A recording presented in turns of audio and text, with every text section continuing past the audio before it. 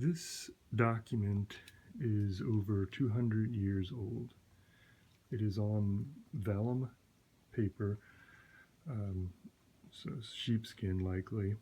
It is from the Supreme Executive Council of the Commonwealth of Pennsylvania.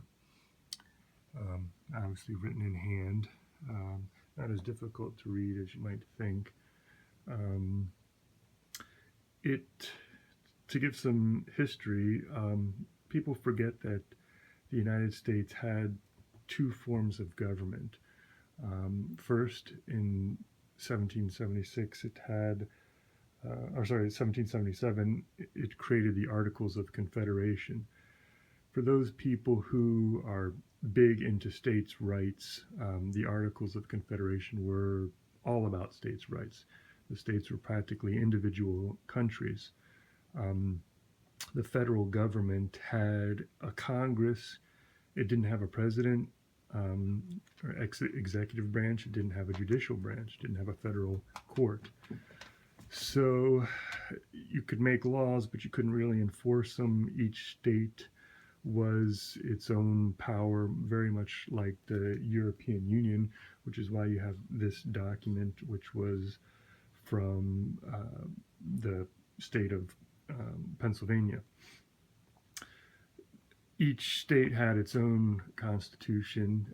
In 1776, Pennsylvania created its own constitution, and it had many bylaws that would go into our Bill of Rights later. Some of these are freedom of speech, freedom of writing, freedom of press, trial by jury, the right to bear arms, and they do make it very clear that you bear arms for the defense of self and the state. So that is mentioned, that you do have a right to bear arms for defending yourself. But they also make it clear that you shouldn't have a military, a professional military. They just wanted a militia, and you were supposed to participate in the militia. You could pay or get someone to stand in for you, and that was because at the time Pennsylvania had many Quakers and those who might be against their religion to participate in the military. You also had the right of religion, including the exclusion of religion. You weren't compelled to go to any service or such as that. There's quite a lot about religion. Council members in Pennsylvania had to believe in God and the Old and New Testament, and had to believe they were inspired by a higher power. You had the right to petition government for grievances. You were free from illegal search and seizure. You had the right of assembly. These are just some of the things in the Pennsylvania Constitution that would be eventually into the federal Constitution, Bill of Rights. But in the meantime, they had the Articles of Confederation, and they weren't working very well. So 10 years later, they held a constitutional convention. They said, okay, this isn't working. We need something better. We need a federal government with real power.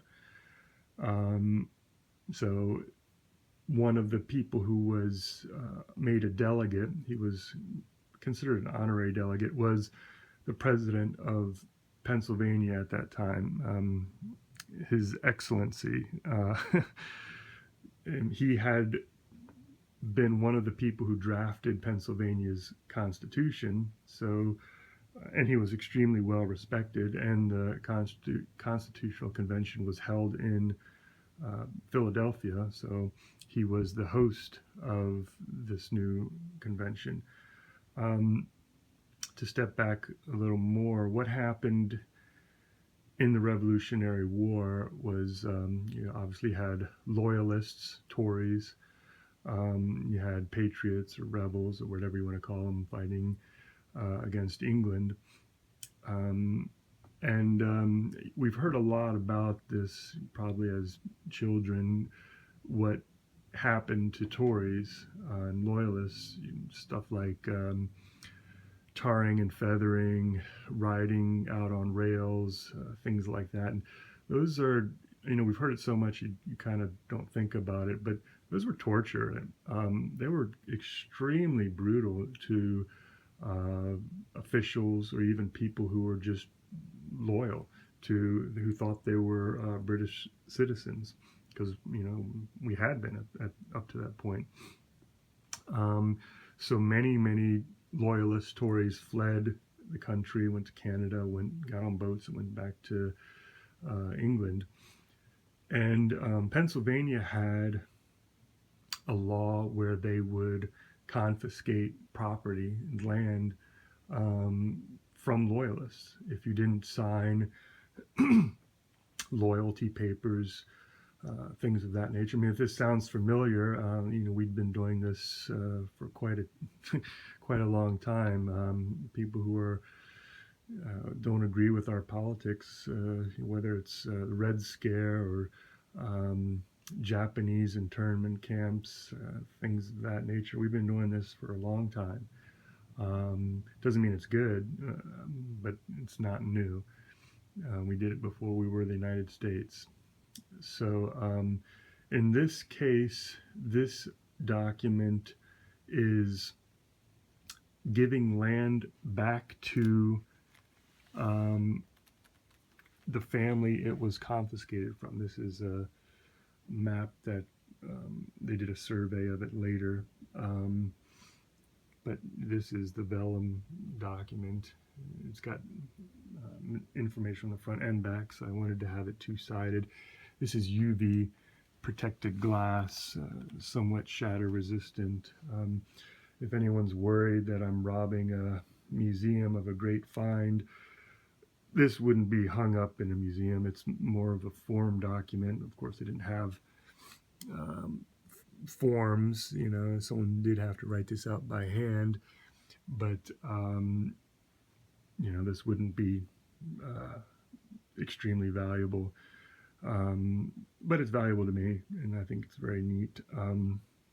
So as I was saying, that someone had his land confiscated, and he happened to be a pretty important figure. His cousin, I believe, became the first president of Pennsylvania, which just shows, you think of America as being very jingoistic, very, rah-rah America.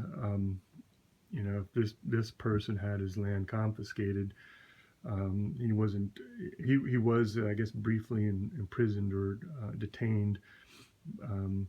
But in any case, they, at some point after the revolution, they petitioned government, which is in this Constitution, petitioned government for grievances and asked for the return of land. And the person whose land was confiscated was an important individual. He had been pretty wealthy. Had, like I said, his relative was the first president of Pennsylvania under the Articles of Confederation. And so, the president at the time, 10 years later, got this, and so he was basically sitting in the Constitutional Convention, going over, creating our new Constitution, including Bill of Rights, and as part of his day-to-day work, he still had to be president of Pennsylvania, and this document must have come to him, and he did know the person and did return their land. This is one of the only known documents, or one of the known cases where land that had been confiscated during the Revolutionary War was returned. The president at the time was very well respected. His counsel was sought a lot. He it was just mostly an honorary delegate, um, but he did help with numerous things, including the Great Compromise, where um, we, instead of having just one House of Congress, we have two, one based on population, one fixed number, two senators per state. So that helped, that's why it's the Connecticut Compromise. It helps the small states, also helps the large states. That issue had been threatening to end the convention because they couldn't agree on it, but he put in his whatever 2 cents and helped carry the day. If you hadn't guessed who it is indeed Benjamin Franklin. So that guy, sorry for the shadow, but His Excellency Benjamin Franklin, Esquire, President of the Supreme Executive Council, hath hereto set his hand, and caused the state seal to be hereto affixed in council the 22nd day of June in the year of our Lord 1787, and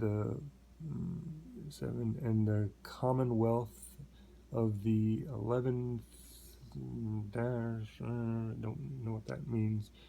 Commonwealth of the 11th, I don't know. And who helped witness it. But it describes the land, who owned it, where it's going to, the heirs. So I think that's extremely interesting, just because, not just because it's Benjamin Franklin, but it shows us so much that they were thinking about these issues, such as, I'm not sure if this would go under a legal search and seizure, but it certainly goes under petitioning the government for grievances. While he signed this, he's sitting in the Constitutional Convention working on our new government, and part of his day-to-day work, he saw this and had to sign it. So yeah, that's my document. I'm pretty proud of it. I shall hang it up and remember all the things that good old Ben did. And, it shows what anyone can do. Well, maybe not anyone, but you can at least try. Thanks.